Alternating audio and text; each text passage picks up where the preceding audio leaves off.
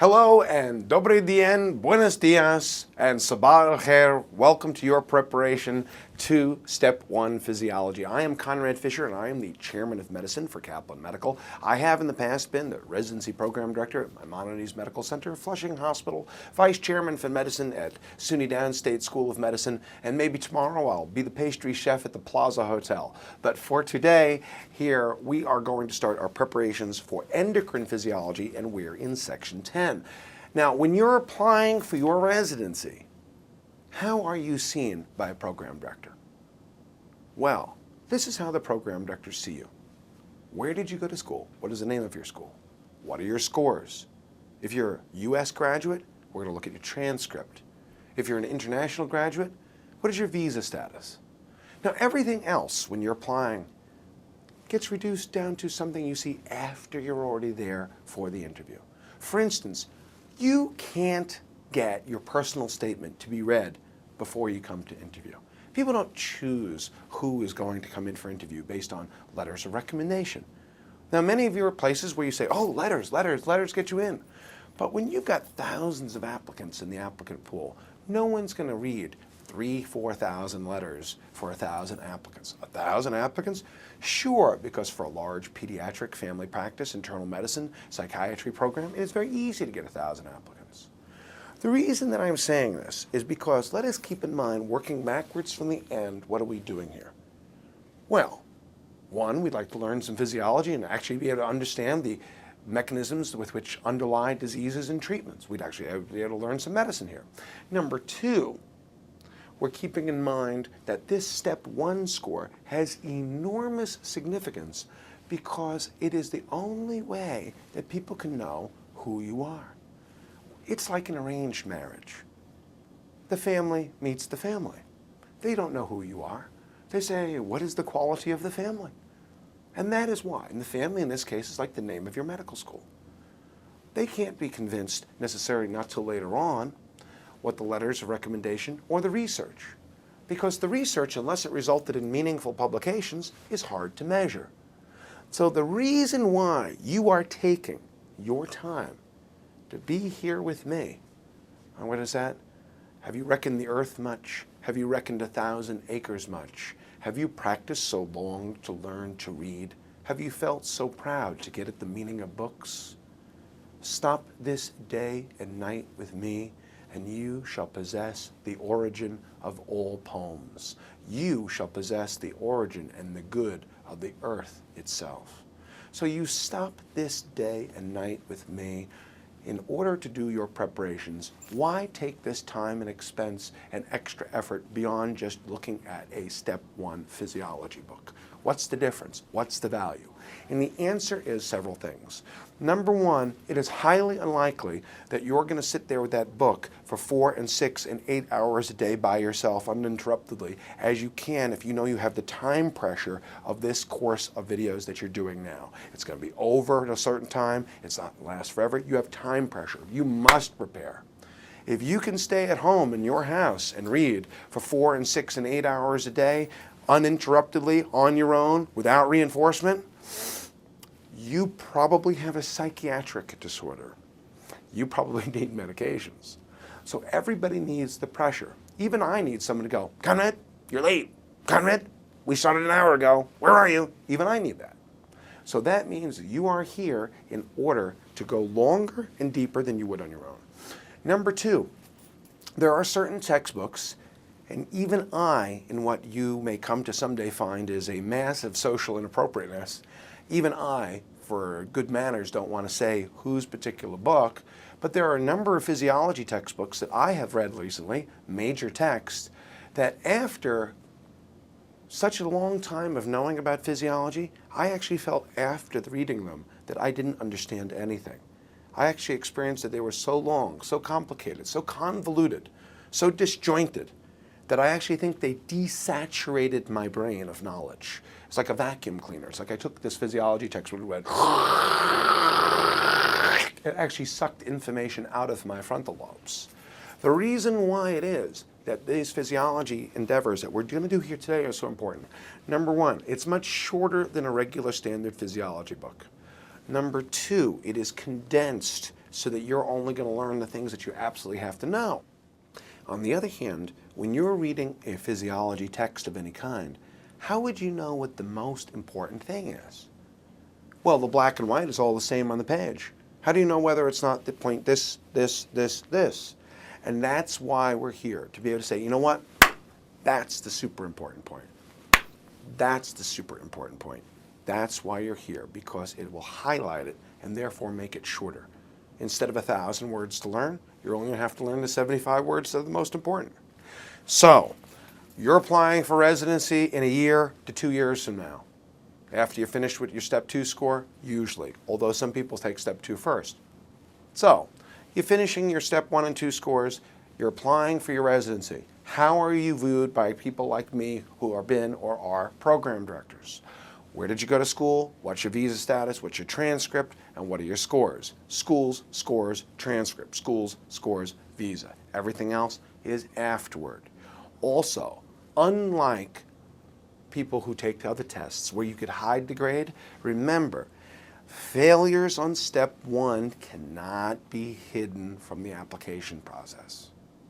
Failures on Step 1 cannot be hidden because all previous attempts are there. You could hide a previous marriage much easier than you could hide your previous attempts on Step 1. You meet the new girl, you've been divorced for about 4 years, you get in love and you get engaged. You don't have to tell her you were married before if you don't want to.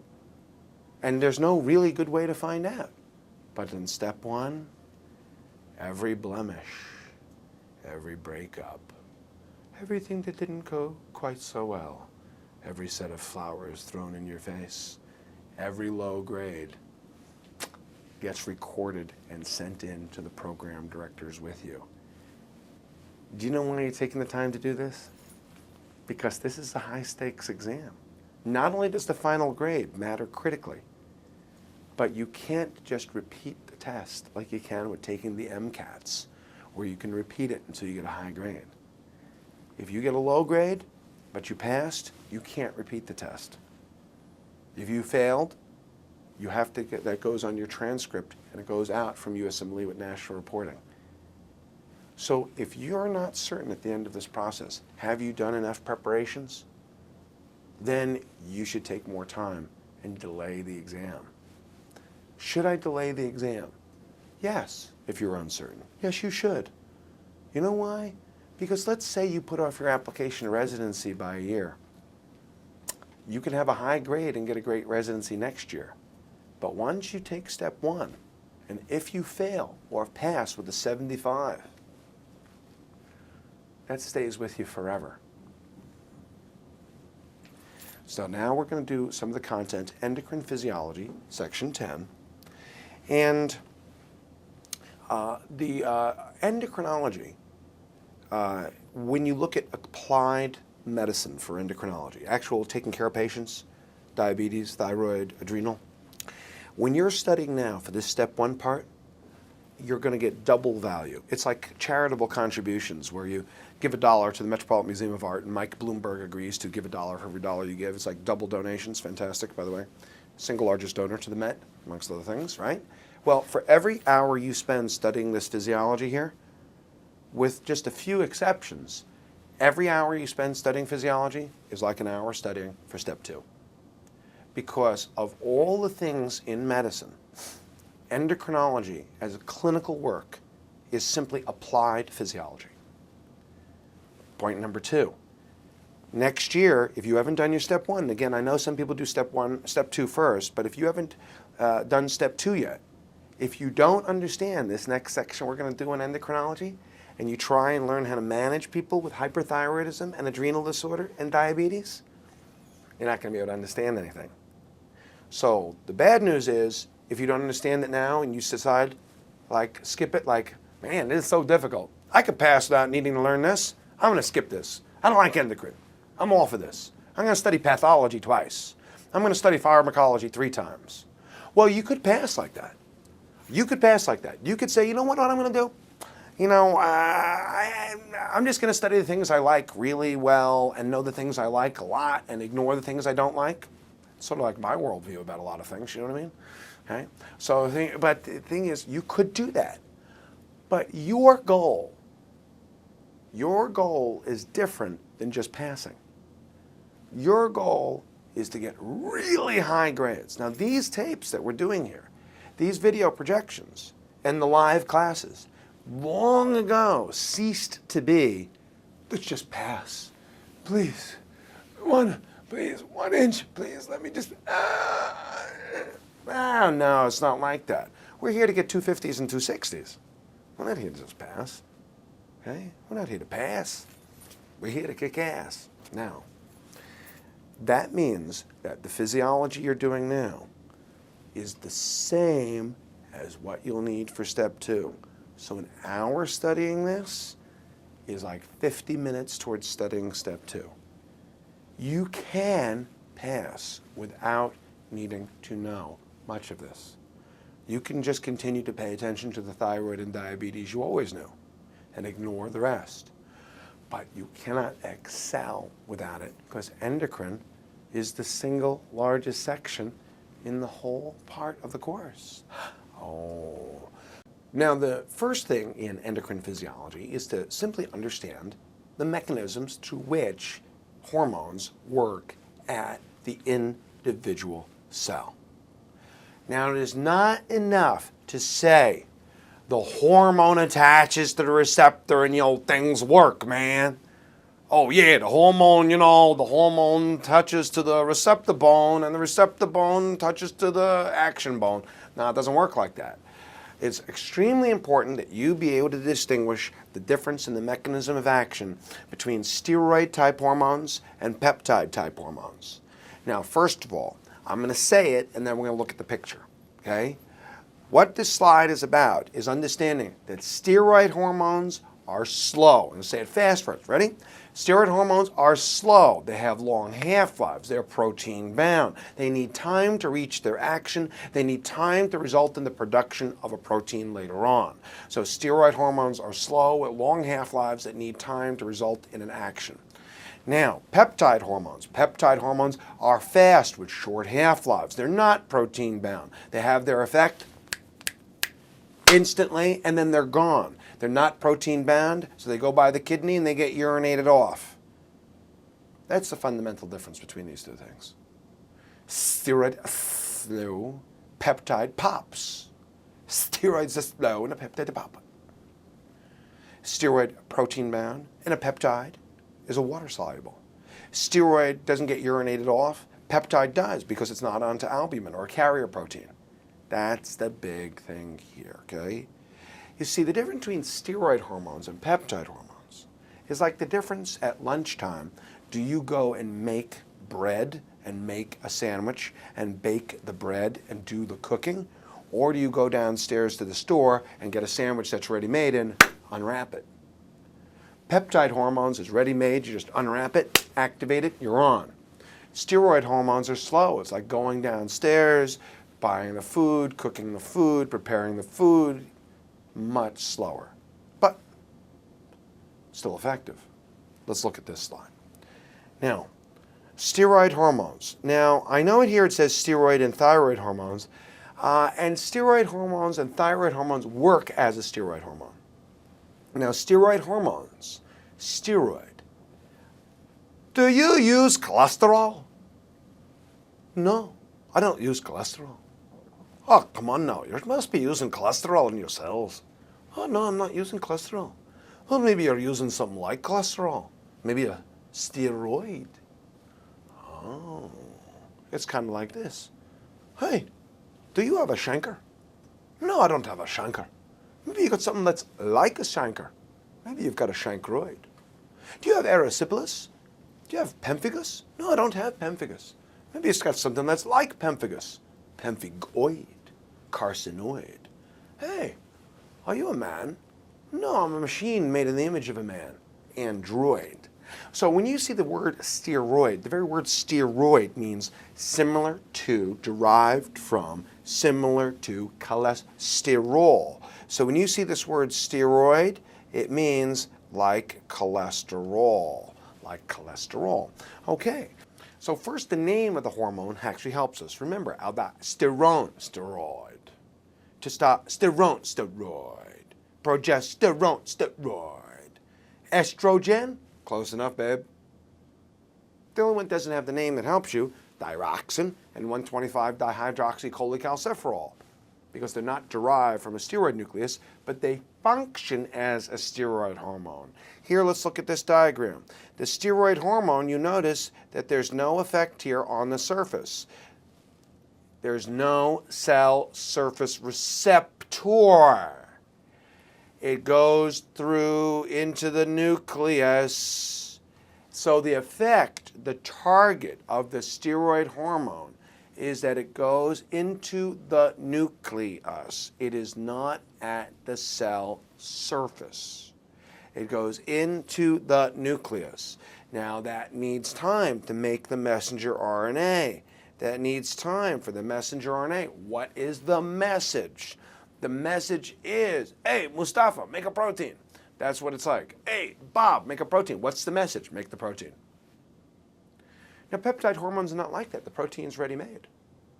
When I say peptide hormone, it's like going to the store and getting a sandwich. It's already made. Unwrap it. Neat. This is the fundamental biggest difference. Steroid hormones, you're making a protein new.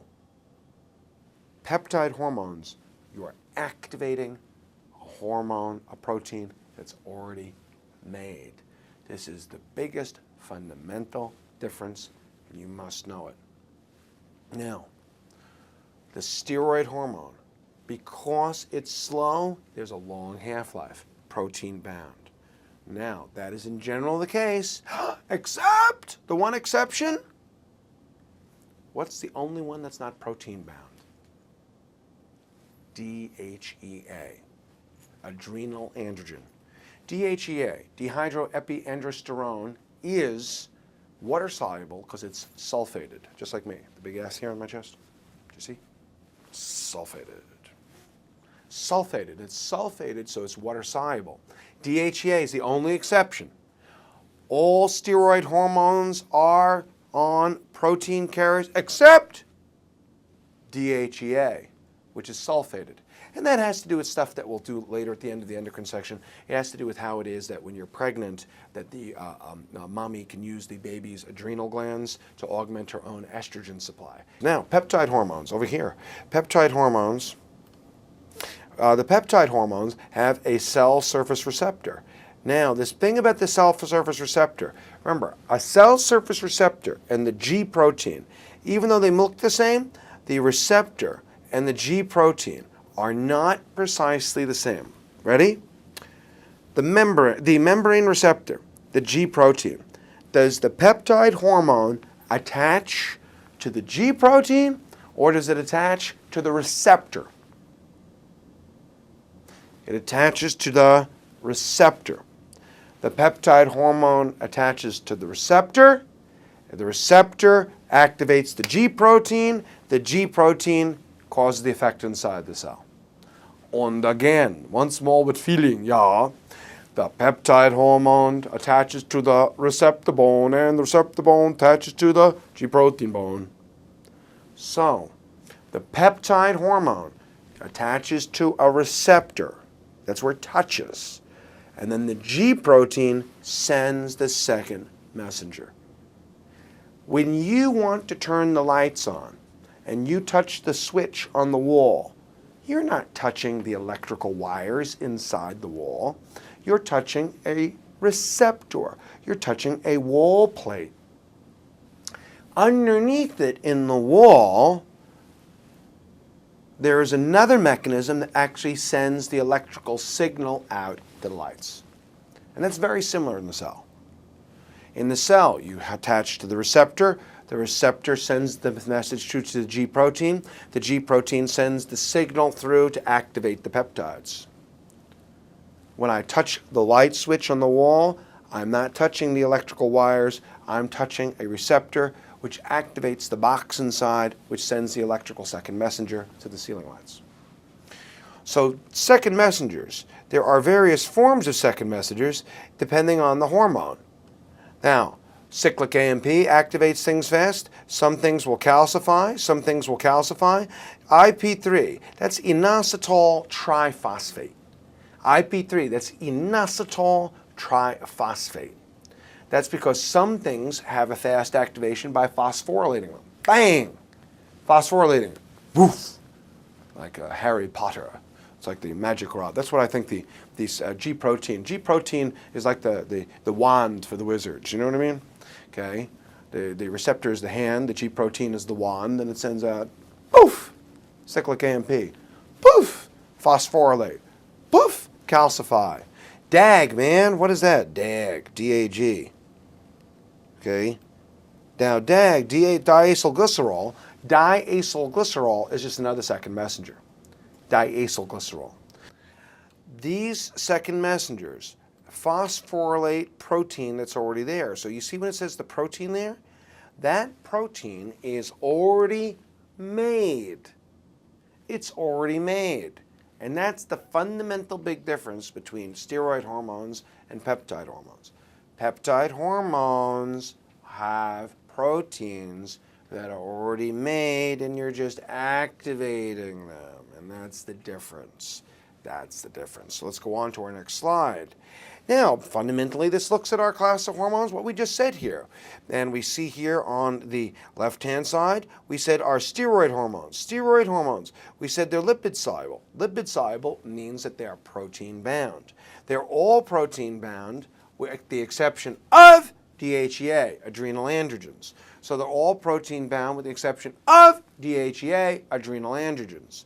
Because they're protein-bound, they have a long half-life or a short half-life? Long half-life.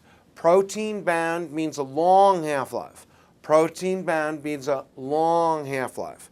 Next thing is, you have to have the effect. There is no surface. It's inside the cell, and it is new proteins. So there we go. Steroid hormones, lipid-soluble, inside the cell, new proteins. Exceptions for not lipid-soluble is DHEA. The other thing is steroid hormones and all hormones. A fundamental characteristic of all hormones is they're made in a pulsatile nature. They're made in a pulsatile nature. That is the fundamental characteristic of all hormones, man. They're made in a pulsatile nature. That's the nature of the beast of our endocrine system. The fundamental nature of the endocrine system is impulsivity. Except thyroid.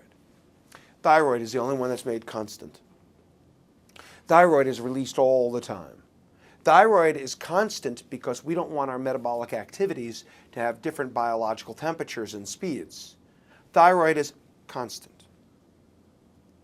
Thyroid is constant because when you get up in the morning, you don't want to have a body temperature of 78 degrees and in the afternoon have a temperature of 107.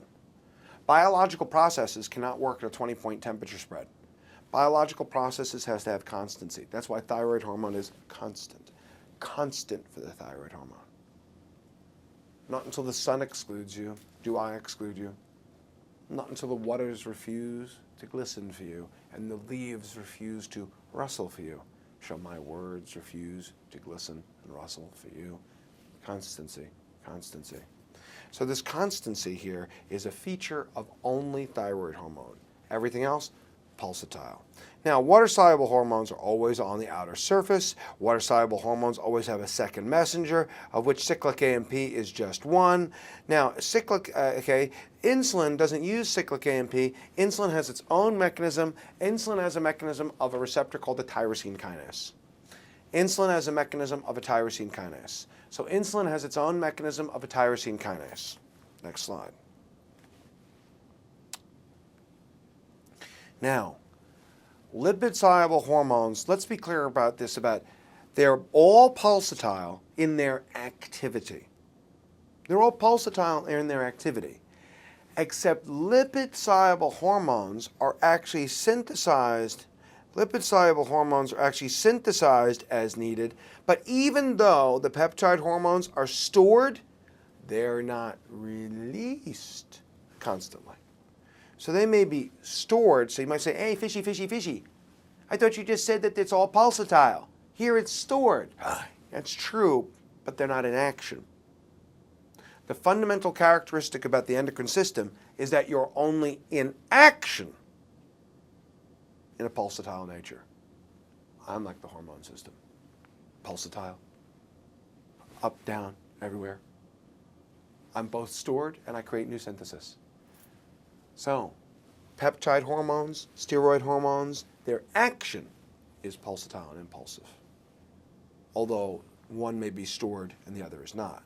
Now the reason why also that the water-soluble hormones can be stored, you see this word stored in vesicles? What are the vesicles made of, huh? Well, the vesicles are made of lipids. You can't have a hormone made that is lipid soluble stored in a vesicle made of lipids. You can't have a hormone that is lipid soluble stored in a vesicle made of lipids. That would be like trying to store me in a cage made of butter. You know, you can't, or bread.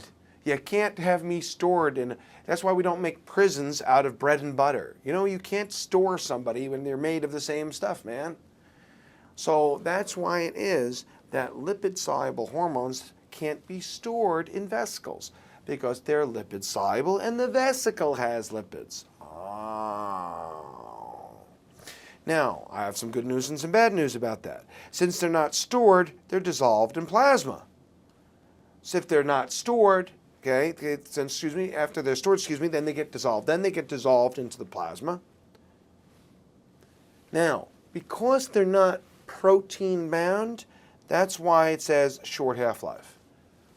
The more the protein binding, the longer the half-life. So, peptide hormones are free, not bound. That's the same thing as saying short half-life. Now, all peptide hormones are dissolved free without protein carriers, except IGF, insulin-like growth factor. Except IGF, insulin-like growth factor, is a peptide hormone that is a protein carrier.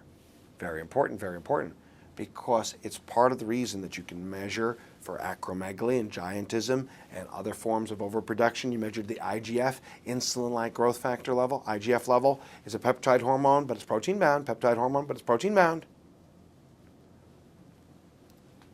All hormones are secreted in pulsatile nature, except thyroxine, constant. All peptide hormones are free, no protein carrier, except IGF, insulin-like growth factor. Steroid hormones are all protein-bound, protein carrier, long half-life, except DHEA, adrenal androgens, sulfated. Next slide. Now, the carrier proteins. This slide brings up the subject of the carrier proteins. Now, you'll notice where it says cortisol binding, thyroid binding, estrogen binding. What this means is that steroid hormones, because they're lipid soluble, they can't float around free in the plasma. Hey, in your interior world, inside of you, do you live in a watery world or do you live in a fatty world?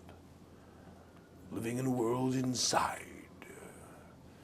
Your world inside in the plasma is mostly a watery world. That's why we don't have olive oil for blood. We have blood that's mostly liquid, not olive oil.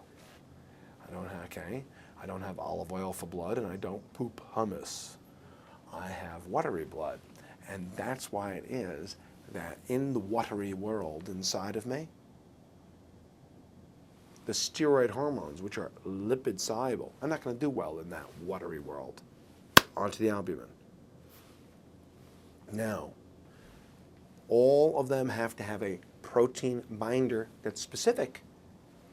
Cortisol binding globulin, thyroxine binding globulin, sex hormone binding globulin. Hey, I don't want my highly valuable, hard to make cortisol, which I struggled to make. I've been working in the adrenal all day long in this pathway, yeah. Yeah, my fasciculata, yeah, here I am cooking and cooking and cooking to make cortisol, and all you do is go over to the kidney and piss me off. No, we can't have that. We can't have that estrogen, which you have been so lovingly making all day long, making your ovaries clicking away from me, having an energy investment. Cholesterol is energy, right? It takes time and steps. We can't just have you going over to your adrenal, take everything out of the adrenals, the ovaries, and the testicles, and just urinate it off in 2 seconds. We want it to stay constant, and we want it to stay in the gonad. So we have a binding globulin. Why is it that the saturation of my testosterone is greater in your favorite Greek philosopher? You've heard of Sophocles. You've heard of Socrates. You've heard of Aristophanes. Now your favorite Greek philosopher? Testicles. How is it that we keep our sex hormones where they belong, down there in the testicles? Because the sex hormone binding globulin, that's what prevents it from circulating off to my ears or my elbow. I don't want that testosterone over here in my elbow. I want it to keep saturated down there in the seminiferous tubules where it belongs. And also, these are energy-dependent steps. We don't want them urinated off. We want them around constant for a long time. Now, that also means that if you have liver disease, you're not going to make those binding globulins. That's the other thing here. What automatically lowers the binding globulins? Liver disease. What automatically lowers the binding globulins? Liver disease. Because they're made in the liver. Next, what automatically lowers the binding globulins? What other organ disease? You ready? Disease of which of the following organs would be associated with a low total steroid hormone level? We already said liver disease. Disease of which of the following organs would be associated with a low total steroid hormone level? And the answer is, would it be disease of the stomach, duodenum, colon, kidney, lung? And the answer is kidney. Why? We have cortisol binding globulin, thyroxine binding globulin, sex hormone binding globulin to keep that stuff inside the body because it takes energy to make it. We don't want to piss it off. It's like building a new car and then driving it off a cliff. But why is it that kidney disease will result in a low total level? Nephrotic syndrome. When you have nephrotic syndrome, you have now a hole. It gets pissed off. Nephrotic syndrome results in all the steroid hormones in my toilet because now I got a hole in my kidney big enough to lose those hormones. Oh, disease of which of the following organs will result? The other way to invert the question like this for step 1 is it says like this.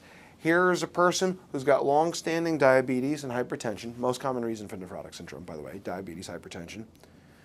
You have a disease of any kind, you don't know what to say, and says cause, say diabetes and hypertension.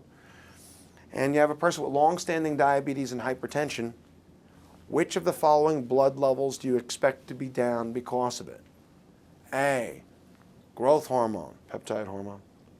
B, LH, peptide hormone.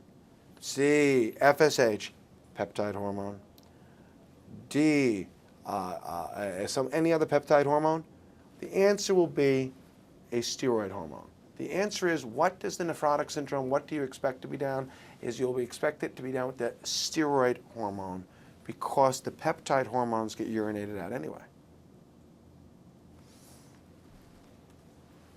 Now, peptide hormones don't travel bound. So since they're not bound, with the exception of IGF, they're all free all the time.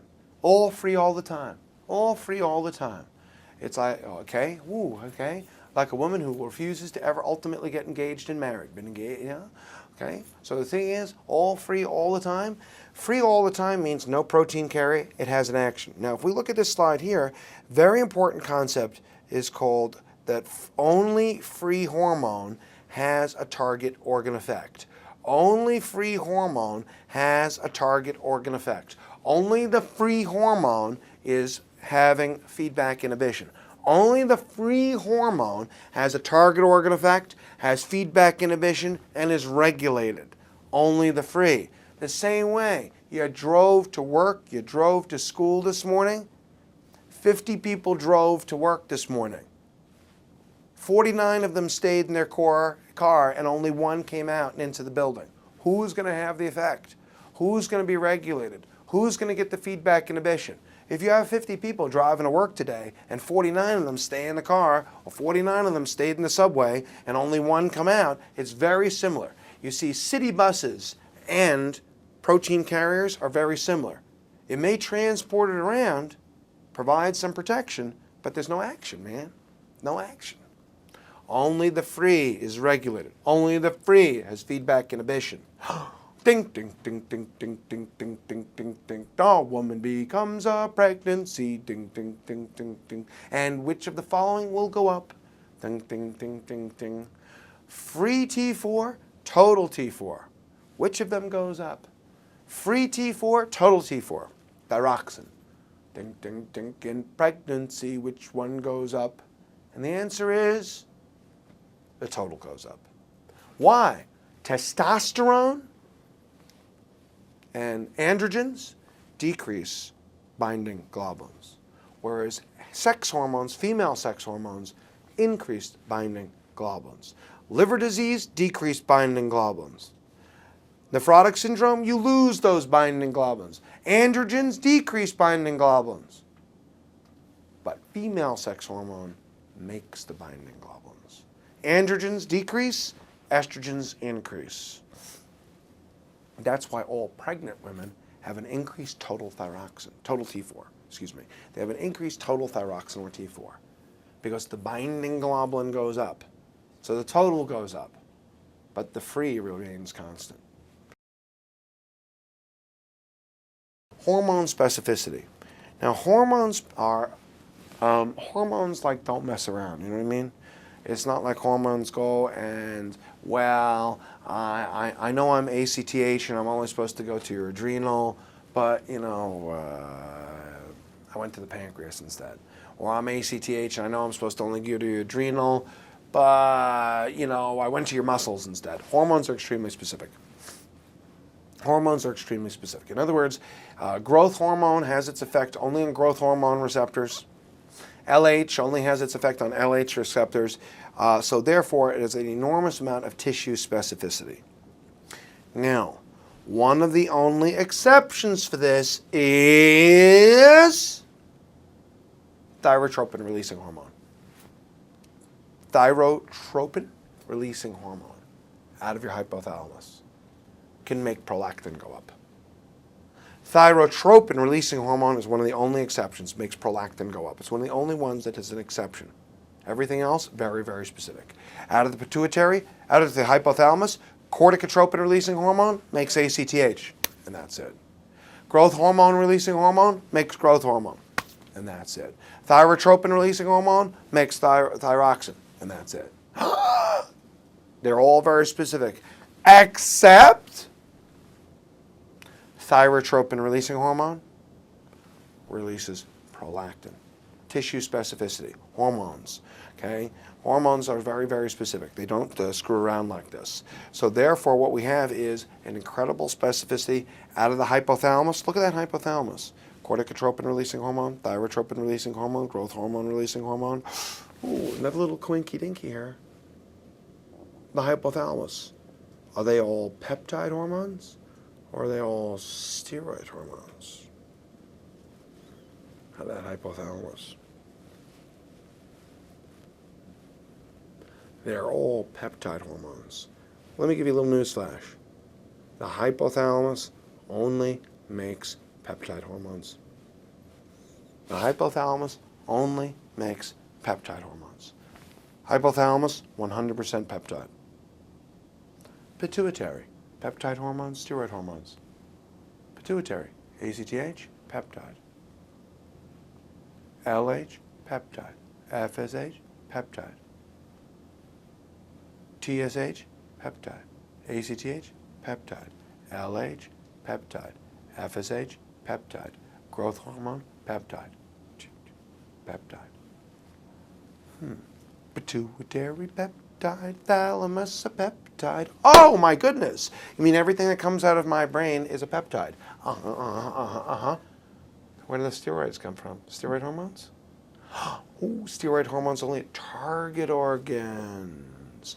Hypothalamus peptide, pituitary peptide. Target organ, steroid. Peptide, peptide, steroid. Got that? PPS.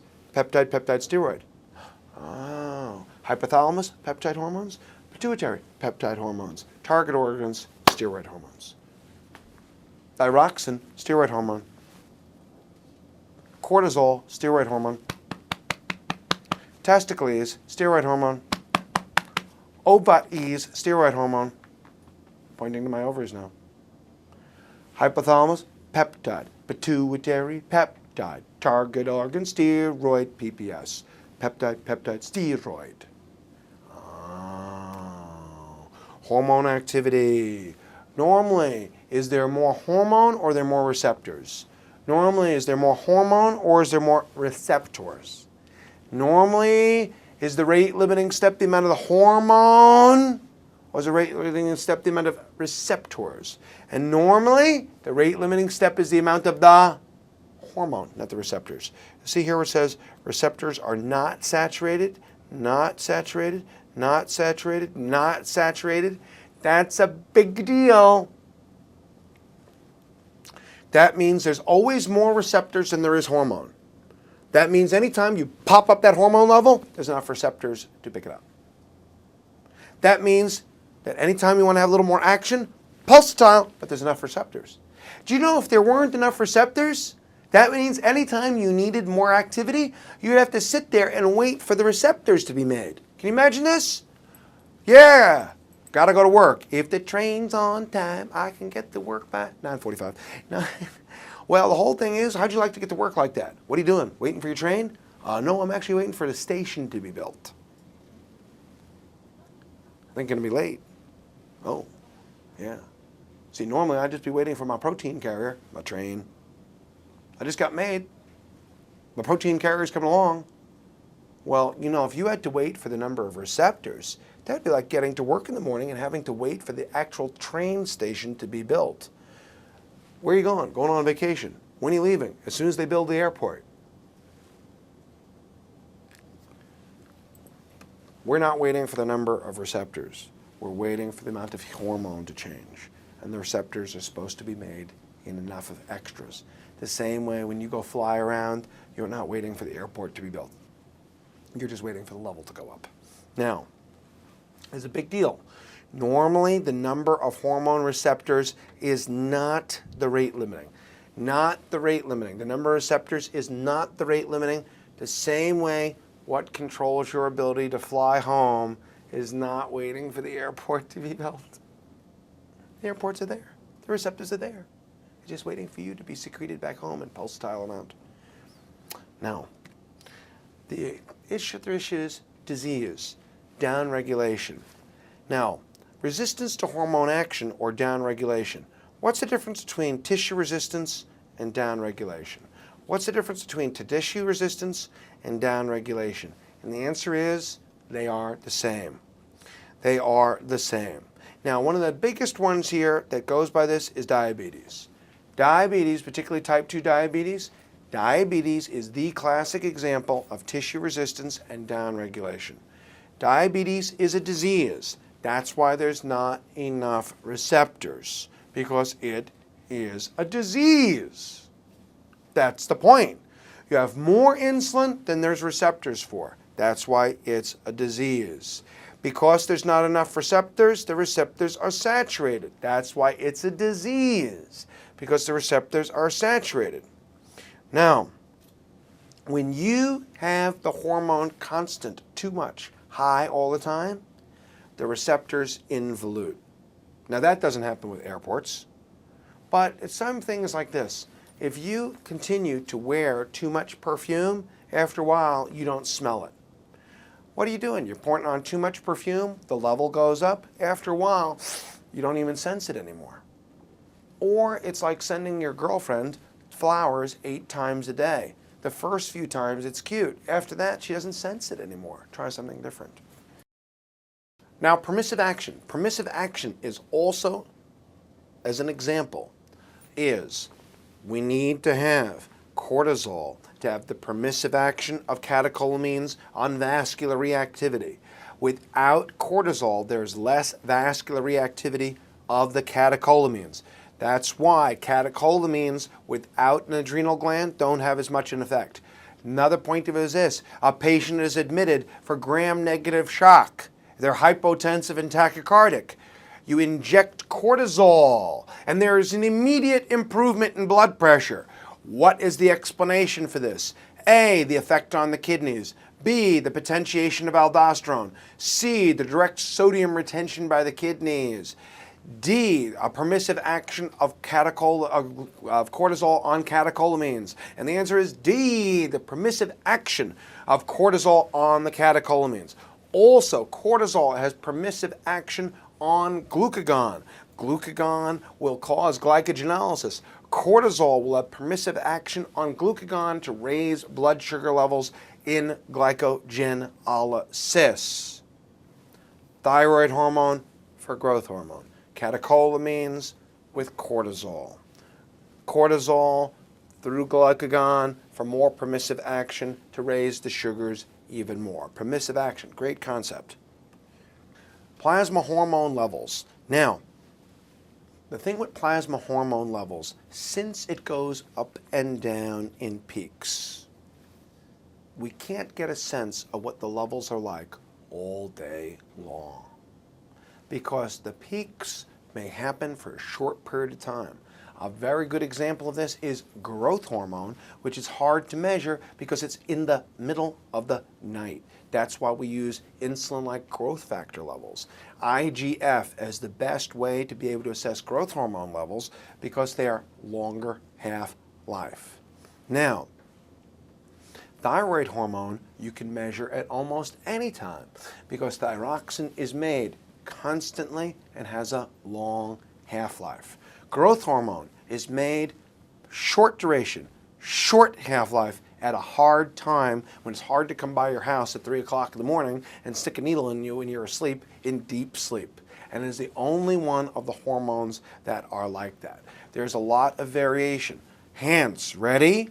A person has Cushing's syndrome as a possibility. You've got a trunkly obese stria, person with humping in all the wrong places back here, and you want to do a test for hypercortisolism. What would you do first to assess it? The wrong answer is random cortisol level. Cortisol levels, cortisol levels vary. So therefore, we have to do an overnight dexamethasone suppression test, more specific. You have a person of whom you're thinking about diabetes. One random blood glucose. No bueno, no bueno, no good. So therefore, you have to do 2 and it's fasting. 2 and it's fasting for glucose. Cortisol levels, overnight dexamethasone suppression testing. Growth hormone levels, no, IGF. So the other thing about blood levels in endocrinology is that we have to understand the biological variability as it goes up and down. That's the point of this slide. The point is pulsatile secretion, diurnal, in other words, cortisol levels are greatest in the morning and least in the evening. Also, age, yes. For man, for testosterone levels are always related to your age. In other words, if I had a testosterone level like this, it could be low testosterone compared to if I was 78 years old. My level of testosterone like this for me might be low from my age. If I was 85, it might be terrific. So things vary by age, and the greatest example of this is sex hormones. Now, looking at measurement of hormone levels, it is hard to be able to measure them in blood so much directly. That's why we tend to use, or like to use, urine levels. Now, this is not urine analysis in the sense of you think of a urine analysis where we're looking for white cells for an infection. When we do urine analysis for white cells for an infection, that kind of urine analysis, protein white cells, no. What we mean by urine analysis in this sense for endocrinology, we mean looking at the fact that when you have cortisol that's bound to albumin, when it gets sugar-coated, it will leave the albumin and go into the urine. Sex hormones as well. Cortisol is a very, very good example of this. Of sometimes what we can do is look at the amount in the urine as a reflection of the blood levels, and it's more constant. You know, my father, when I was a kid, used to always know what was going on in the house, which is kind of funny because, you know, he was working, he was doing this, he wasn't that. It's not like he's around like a mother 24 hours a day in the house. And finally, one day I asked him, I said, how is it that you always know what everybody's doing in the house? And my father was a New York State policeman, so he goes like this: because I'm the one that takes out the garbage, kid. I'm the one that takes out the garbage. I know what everybody's doing here because I see what goes in the garbage. That's why if the police are doing surveillance to see if there's a bunch of bad guys, they go and they look into the garbage, because whatever you're doing, pieces of it go into the garbage, and you can see what's going on in activity by checking what's in the excretion.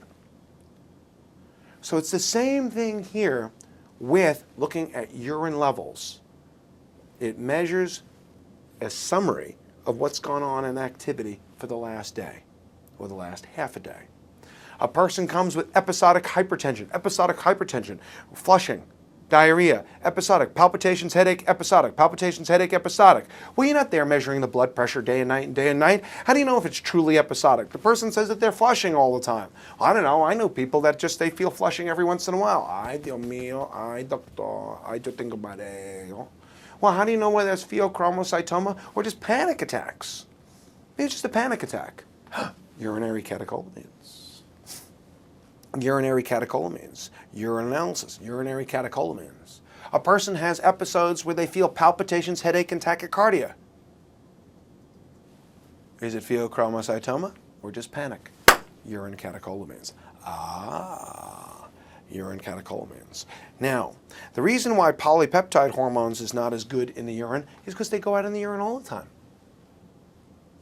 Peptide hormones go out in the urine all the time, but not for catecholamines and steroid hormones. Now, the 24-hour urine-free cortisol is a very important concept. Why?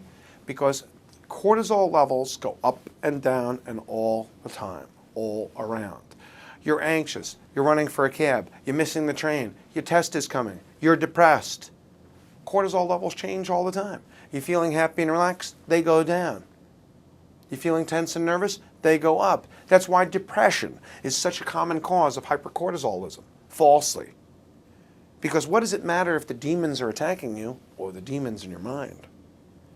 Well, it's the monsters in your head, right? Well, how do I tell if it's the monsters in your head, it's just depression, false positive, versus the fact you really have hypercortisolism? 24-hour urine cortisol is the most accurate test to see if you really have hypercortisolism. 24-hour urine cortisol takes advantage over the variations during the day. 24-hour urine cortisol, if it's normal, you do not have hypercortisolism. Maybe you just have a burst of cortisol because you're anxious. Is it the monsters or the monsters in your head? Now, various forms of hypofunctioning, it very much depends on what the nature of the disease is. Type 1 diabetes is a hypofunctioning because there's some sort of unknown injury on a genetic basis. Maybe there's an infection, maybe it's bad luck in a genetically predisposed injury and your pancreas gets killed off in some sort of unknown autoimmune thing. Well, on the other hand, your pituitary in pregnancy. Pituitary in pregnancy gets really, really, really, really large, and after pregnancy, the blood supply involutes. That is also known as Sheehan syndrome. Well, that's a bit of an infarction, a kind of a large-scale apoptosis. The example we gave before about the person who's got disseminated Neisseria meningitidis and results in hypotension, tachycardia, is infection, Waterhouse-Friderichsen syndrome, infarcting off an infection in that adrenal gland because it's got an infection. Oh, next one, we have a person with acromegaly. They got a big macroadenoma in my pituitary, and the macroadenoma is squeezing the thyrotrophs. Hey, give me some room here. Your acromegaly, prolactinoma, oh my God, I can't grow. And what happens is you get hypothyroidism. Why? Because the macroadenoma from the acromegaly is squeezing my thyrotrophs, the one that would make TSH. So it can be pregnancy causing vascular abnormalities and infarction. It can be autoimmune, like in diabetes, antibodies attacking your pancreas for some particular reason. I don't know, why do some people get depression and I don't? Well, why are some people attacked by things and make you sick? I don't know. Is it genetic? Is it a spiritual disorder? I don't know. It could be simple pressure, like any tumor in the pituitary that gets large and squeezes the other ones. Squeezing it. Infarction, Sheehan syndrome. Infection in Waterhouse-Friderichsen syndrome. Autoimmune, we think, in diabetes. Any of those mechanisms. It depends on what the organ is. Depends on what the organ is. Next. How do I see if you're pituitary? This one, hypothalamic hormones test pituitary reserve. What the hell does that mean? What does that mean? See, that's one of those statements that you'll see all over the place, that if you know what it means, it looks very clear. If you're learning for the first time, you go, what does that mean? You know what the difference between me is and the other people? I don't expect you to understand that statement. Well, how do we know if your pituitary is clicking? How do we know if it's working? How do we know if your pituitary will really make TSH? How do we know if it's really going to make ACTH? You could, theoretically, give the hypothalamic hormones, thyrotropin-releasing hormone, corticotropin-releasing hormone, growth hormone-releasing hormone, releasing hormone, and see if it gives your pituitary a little tickle. Tickle, tickle, tickle, tickle. Tickle, tickle, tickle, tickle, tickle. That is my version of the pituitary hypothalamic system. I give you TRH, tickle, tickle, tickle, supposed to make TSH. Growth hormone, releasing hormone, tickle, tickle, tickle, release growth hormone. Thyrotropin releasing hormone, tickle, tickle, tickle, tickle, tickle, TSH. You ready? Look, there's life and there's the boards. And in order to understand the physiology, those hypothalamic, see this again? Hypothalamic hormone tests, anterior pituitary reserve, you give the things that would normally come out of your hypothalamus. TRH, CRH, growth hormone releasing hormone. Gonadotropin releasing hormone. And measure the blood level of the pituitary hormone before and after. Clinically speaking, these tests are rarely, if ever, done. But they help us to understand normal pituitary functioning. They help us to understand it.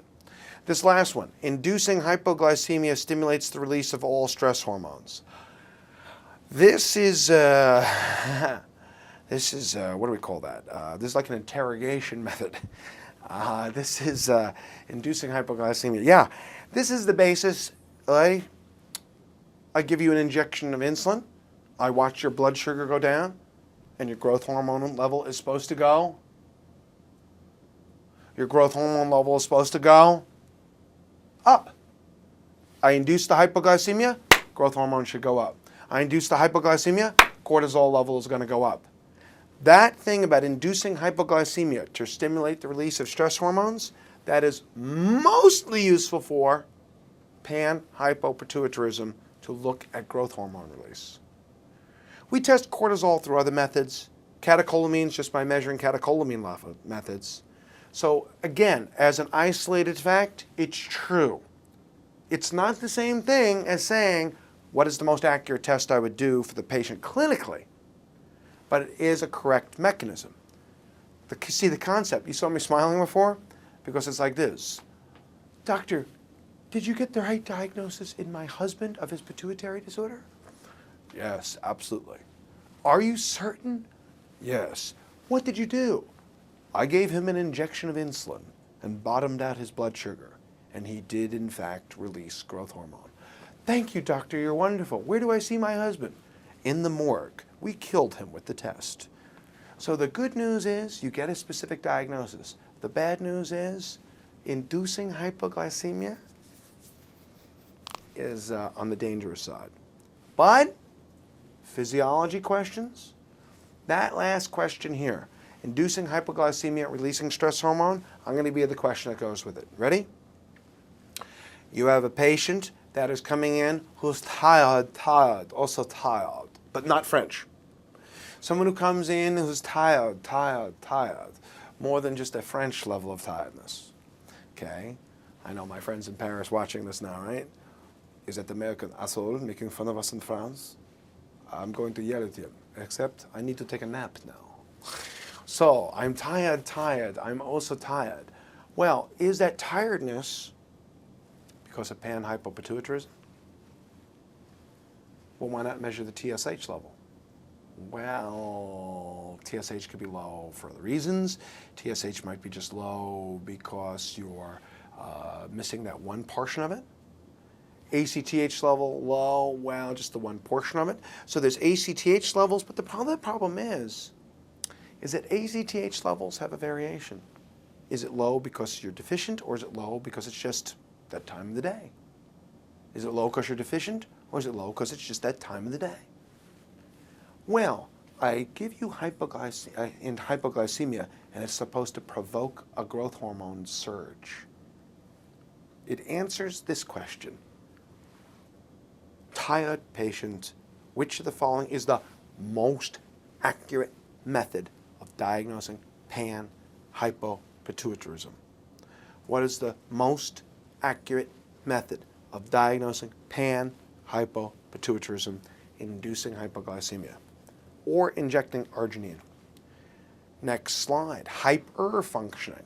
Now, what is the difference between this term here, you see this word hyperplasia, and dysplasia? Hyperplasia and dysplasia. Hyperplasia means increased growth. Hyperplasia means the cells are largely normal. They're just too many. An example of hyperplasia is benign prostatic hypertrophy, fibrocystic disease of the breast, hyperplastic polyps, hyperplasia. Is hyperplasia premalignant? No. Dysplasia is evil. Dysplasia is evil, not semi-evil, not quasi-evil, not the margin of evil. But dysplasia is premalignant. Cervical dysplasia wants to become cervical cancer. Dysplastic polyps want to become colon cancer. Dysplasia, myelodysplasia, wants to become leukemia. But hyperplasia, no big deal. Just increased growth. Just increased growth. That's why in endocrinology, many of the tumors that make the hormone disorders are not what we'd call malignant. Adenomas, technically speaking, are not malignant. Pheochromocytomas, they make bad functions, but they're not malignant. They're like me. They're just hyper-functioning. They upset you every once in a while, but I'm not malignant. There's a difference between malignancy and just increasing the function. Pituitary adenomas are not malignant. Pheochromocytoma, not malignant. Adrenal adenomas making Conn syndrome, not malignant. Adrenal adenoma making cortisol, not malignant. Not malignant. So there's a difference. Myasthenia gravis. Myasthenia gravis, what do you get? Thymic hyperplasia. A lot. Thymic malignancy? Un peu seulement. Un peu seulement. Small. Small. Now, the next piece of this slide, the concept suppression testing, answers the question, what is the most accurate diagnostic test? Now, let's take these examples. The two biggest are cortisolism, Cushing syndrome. Now, the term Cushing syndrome often gets used interchangeably with hypercortisolism, and that's okay. Cushing syndrome, technically speaking, means any form of hypercortisolism. Cushing's disease means an actual adenoma in the body. But Cushing's syndrome can be from taking prednisone too much because you're asthmatic. So hypercortisolism in general, well, we give you dexamethasone. If you suppress it's normal. If you don't suppress, it's a disease. Now remember that disease does not have to be a malignancy. Malignancy implies a special evil cancer. So disease, yes, does not mean malignancy. It's very hard for people at the beginning. They go, adenoma, isn't it a malignancy? Not really. Well, what causes it? What caused the adenoma? Well, I don't know. I don't know. What caused the adenoma? Right, I don't know. But it's not necessarily a malignancy. Okay? Another good example of this is Conn syndrome. You could have a solitary adenoma. What causes that? I don't know. And it's someone whose aldosterone level is up despite hypertension. It's not suppressing. Hypercortisolism, not suppressing with dexamethasone, disease. Growth hormone, not suppressing with glucose. It's a disease. The fundamental failure of biological tissue to fail to respond to feedback inhibition. The failure to respond to feedback inhibition is a fundamental definition of disease. Failing to respond to suppression test equals disease. It's like criminals in the society. Hey, don't do that, said the cop to the guy driving down the street doing something wrong. He doesn't do it and he stops. Okay. Hey, don't do that, said the cop to the guy driving incorrectly. And he continues to do it. Don't do that, said the cop to the guy. Don't do that. And he continues to do it anyway. He's not responding to suppression, normal suppression. You're at home in your relationship, and your wife says, stop telling those bad jokes, stop drinking out of the carton, stop leaving the toilet seat up. And you don't do what she asks. You don't suppress the bad behavior. That's a disease, leads to divorce. So failure of suppressive therapy leads to divorce. It's the same idea.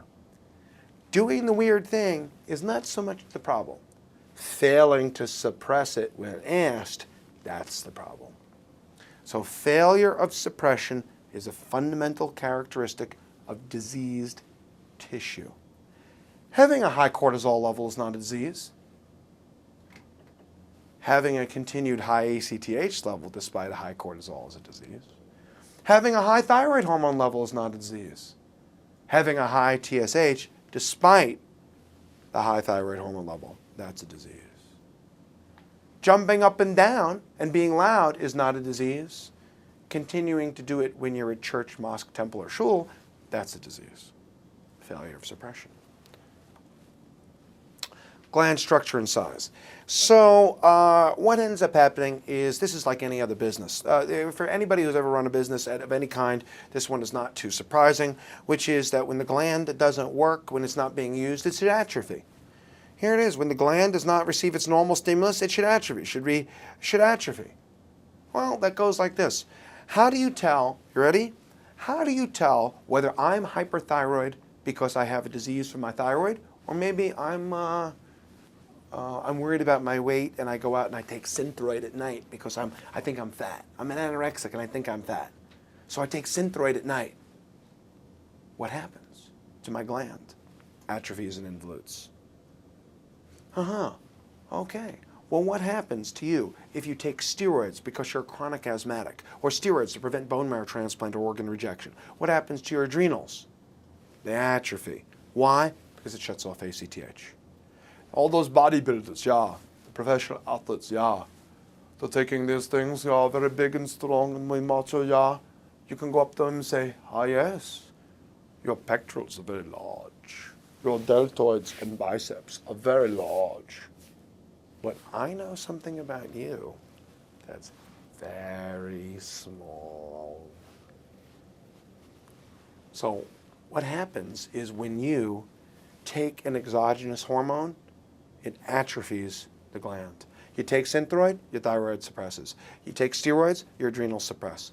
You take testosterone as part of your bodybuilding wrestler thing, and your testicles atrophy. But it's reversible. They'll come back right to life. They don't die. They just atrophy.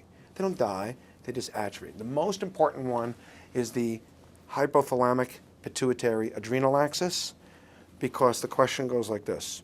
A person has been on high-dose steroids for 4 weeks for severe asthma. The steroids, the prednisone, is stopped suddenly. The patient the following day becomes hypotensive. Which of the following is the mechanism? Now, a step 2 question would say, what is the next best step in management to this patient? And the answer is you're supposed to say taper the steroids. A step 2 and 3 question go, what would you do to manage it? What's the action? What's the step? What's the action? What's the therapy? The step 1 question says, what's the mechanism? You stop the steroids and he develops hypotension. What's the mechanism? And the answer is suppression of the hypothalamic pituitary axis, suppression of ACTH, atrophy of the adrenal glands. It needs time for it to come back to life. Now, in this last part here about Graves' disease and overstimulation of thyroid tissue, the overstimulation of the thyroid tissue is because you become allergic to your own thyroid gland. You get thyroid-stimulating antibodies.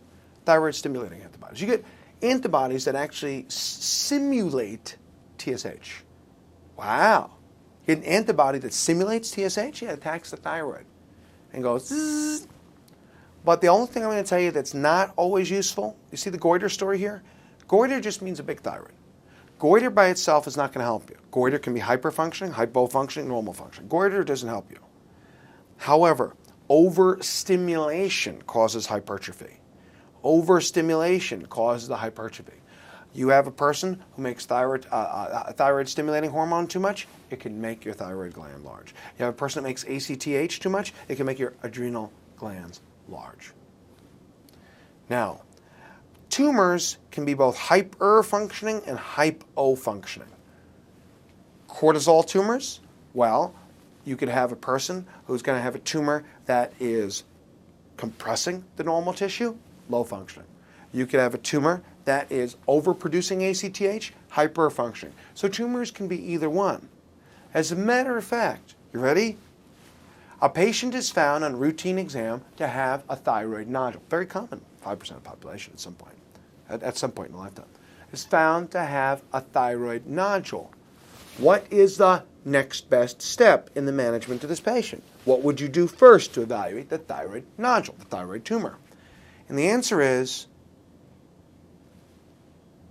T4 and TSH, thyroid hormone levels. Why? Because cancers are non-functional. Cancers don't overproduce thyroid hormone. So tumors can be hyperfunctioning or low functioning. Okay, so the statement, tumors may also create hyperfunction, is the correct statement. But the key word is may. Tumors may increase function, may lower function. So that is the end of the general systems for endocrinology. But the most important thing with this general systems for endocrinology is to understand this. Steroid hormones don't have their effect on the surface. They must diffuse inside the cytosol.